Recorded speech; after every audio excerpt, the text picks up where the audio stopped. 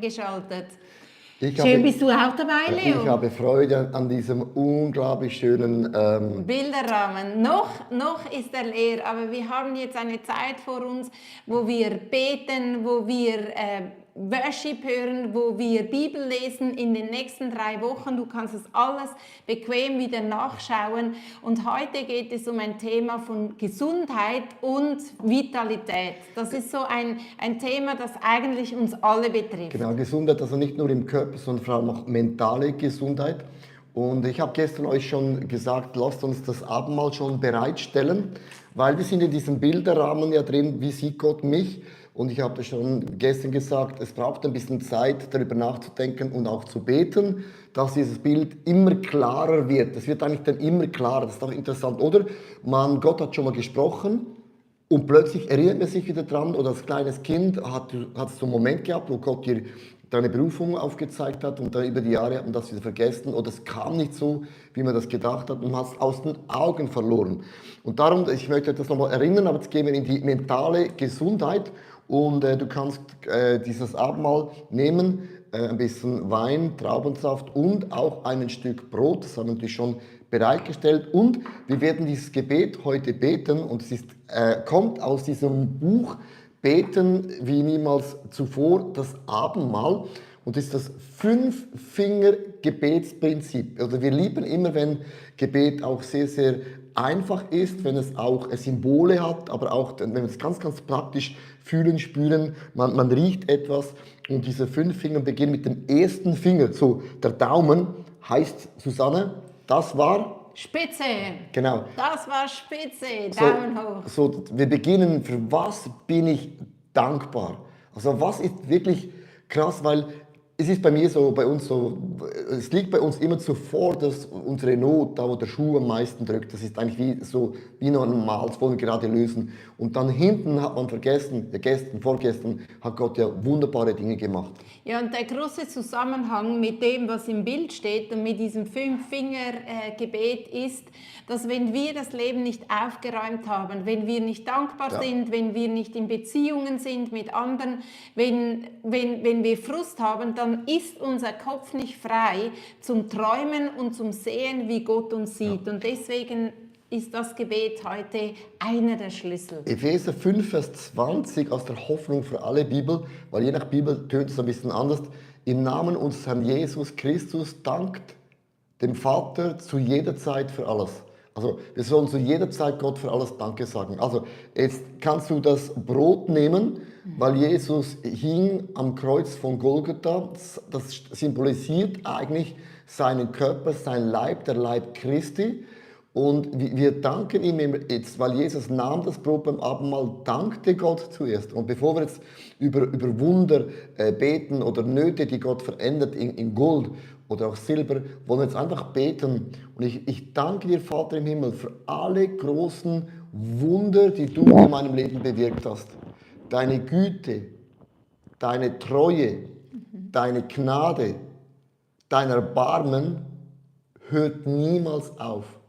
Sie ist jeden Tag neu. Und wir sind so dankbar zu wissen einfach, wir haben einen aberliebenden Vater an unserer Seite.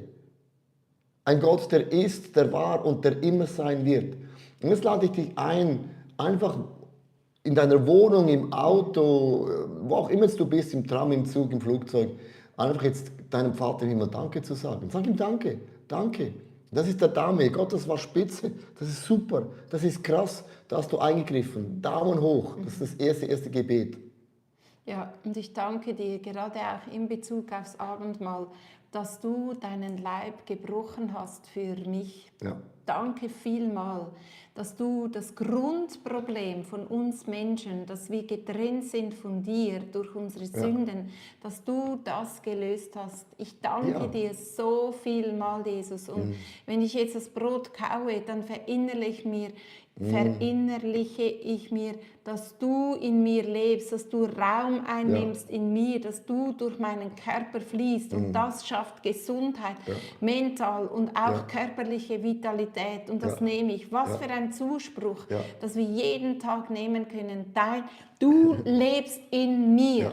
breite dich aus. Und wenn man das Brot eben nimmt und man muss es kauen, und Dankbarkeit ist eben etwas, der Unterschied vom Wein, der trinkst du, der flutscht einfach runter. Vergebung kannst du nichts dafür machen. Dankbarkeit muss man kauen, muss man daran arbeiten. Und das ist wirklich ein Riesenunterschied, weil es fällt uns nicht so schnell, so einfach Gott Danke zu sagen, weil wir viele Dinge sehen, die Gott nicht gemacht hat, aber vergessen, ja, eine Sache vielleicht, aber 9 Dinge hat Gott gemacht. Darum, wenn wir kauen, Ja, und es ist auch ein Danke sagen, Jesus, dass du mich satt machst. Das halte ich mir vor Augen, das widerspricht so sehr dem, was uns die Welt sagt. Aber wir sprechen das aus, du machst mich satt.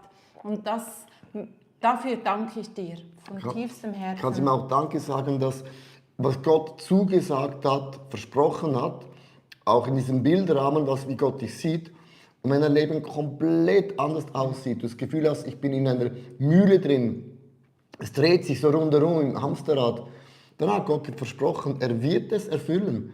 Er wird es erfüllen zu seiner Zeit. Und eben die Geduldsfrage ist eben etwas, das macht uns zu schaffen. Das Zweite ist der Zeigefinger. Was will Gott mir zeigen? Also was das Prophetische, was will Gott mir zeigen in der Situation, wo ich drin bin? Weil jetzt der Punkt, wenn ich merke, ich bin mental total angeschlagen, ich drehe mich im Kreis, emotional, alles leuchtet schon rot beim Auto, alles blinkt auf. Kann auch sein, dass Gott etwas sagen möchte, zum Beispiel Halt, Stopp, Service oder Halt, Stopp, neues Auto. Halt, Stopp.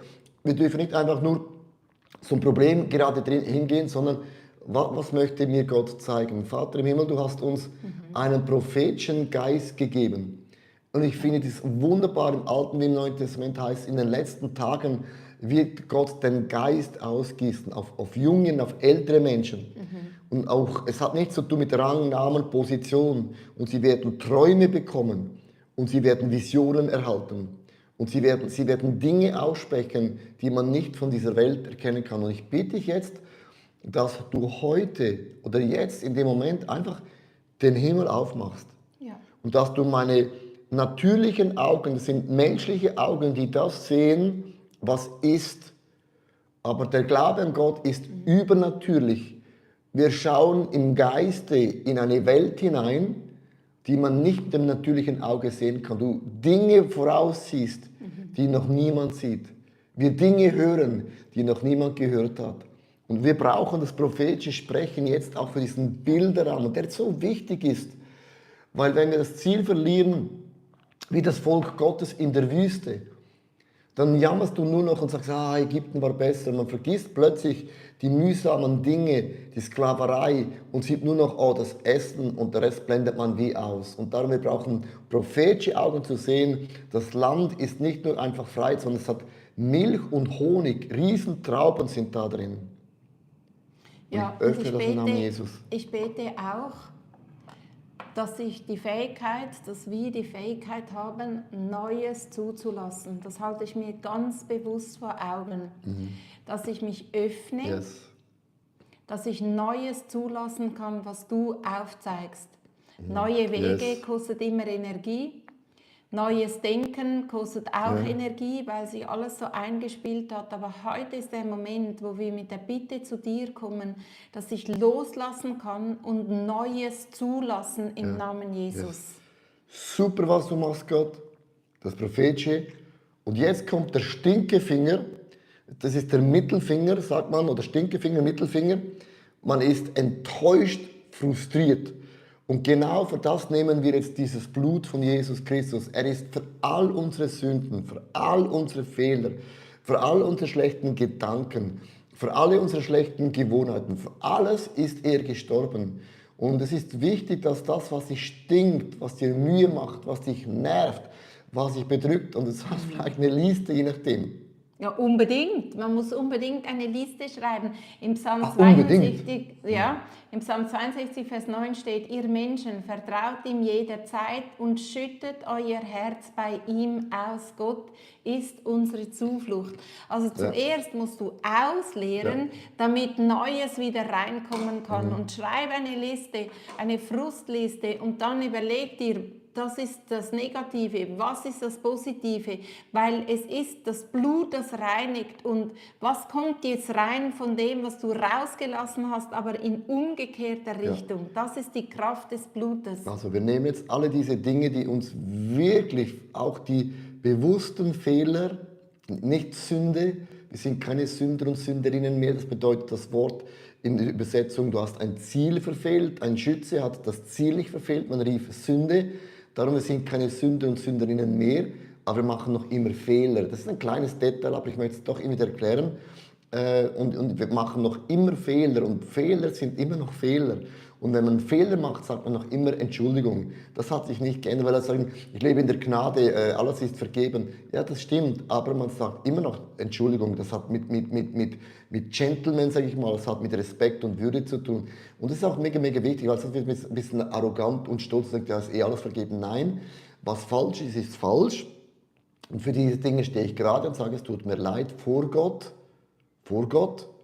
vor den Menschen, aber auch vor mir selber. Wir sind dann auch, ich sage jetzt mal, schuldig geworden an uns selber. Und Vater, ich danke dir, dass du deinen Sohn Jesus geschickt hast, der an meiner Stelle für all meine Gedanken, für all das, was in mich hineingekommen ist, bewusst oder unbewusst, selbstverschuldet oder auch nicht, alle diese Dinge, die sich aufgestaut haben von Frust, das auch auf meinen Körper, auf meine mentale Situation sich niedergeschlagen hat, wo ich eine Türe aufgemacht habe. Alle diese Dinge komme ich jetzt zu dir und sage im Namen von Jesus Christus, du reinigst mich von all meinen Fehlern, von all meiner Schuld, von all diesen negativen, quälenden, richtenden, gefangennehmenden Gedanken, die mich auch versklaven, nehme ich dieses Blut und es reinigt mich. Und jetzt trinkst du es und du wirst merken, es geht runter. Es ist süß, heute ist es Traubensaft. Und es ist so wichtig, dass wir diese Dinge aussprechen und nicht innerlich behalten, weil sie verkrampfen uns. Und wenn wir so verkrampft sind und diese bitteren Dinge in uns drin tragen, das hilft eben nicht für die mentale Gesundheit. Und wir lassen es raus, aber wir lassen es nicht 100-mal raus und reden nicht 100-mal darüber, sondern wir stellen eine Liste auf, deswegen ist das so wichtig, und klagen bei Gott. Und klagen ist etwas anderes als jammern. Und dann warten wir auf eine Antwort von unserem Gott im Himmel. Und jetzt kommt das Blut rein, das einfach reinigt. Genau, das Blut von Jesus Christus ist die größte Kraft, die größte Macht, die es gibt. Man spricht von einem Blutbund. Und im Alten Testament kommt Blut andauernd immer vor. Und Jesus sagt auch, das ist der Bund in meinem neuen Blut.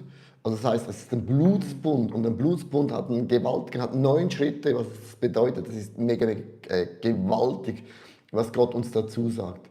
Und das 4. kommt jetzt der Ringfinger. Man trägt eine Beziehung. So, wie geht es mir in meinen Beziehungen? Was verbindet mich mit anderen Menschen? In Prediger 4, Vers 9 bis 10, 2 sind besser dran als einer alleine. Sie haben einen guten Lohn für ihre Mühe.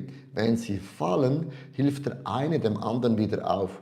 Doch wehe dem Einzelnen, der fällt und keiner ist da, der ihn wieder aufrichten kann. Also du merkst, wir sind geschaffen für Beziehungen. Also ohne Beziehung geht es nicht und mit Beziehung geht es manchmal auch nicht. Und ich habe jemand gesagt, wo jetzt in eine Wege gezogen ist, gesagt, ja, Wege ist eben herausfordernd, weil man muss sich wieder anpassen. Und dann haben wir gelacht und gesagt, das stimmt, aber alleine zu wohnen, da musst du dich mit dir selber anpassen, ist auch nicht einfach.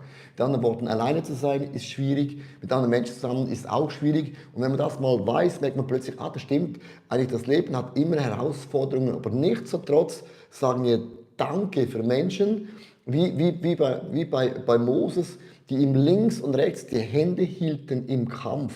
Wenn du merkst, du wirst schwach, bist du dankbar für Freunde, die dich auch helfen, dieses Ziel, das Gott dir anvertraut hat, zu sagen, come on, gib nicht auf, du bist so nahe dran, dass Gott Wunder vollbringen kann. Susanna, kannst du beten jetzt einfach für Freundschaften, weil mental, wenn man das Gefühl hat, niemand liebt mich, niemand ist für mich, niemand ist da oder niemand stellt Fragen, weil es sie nicht interessiert.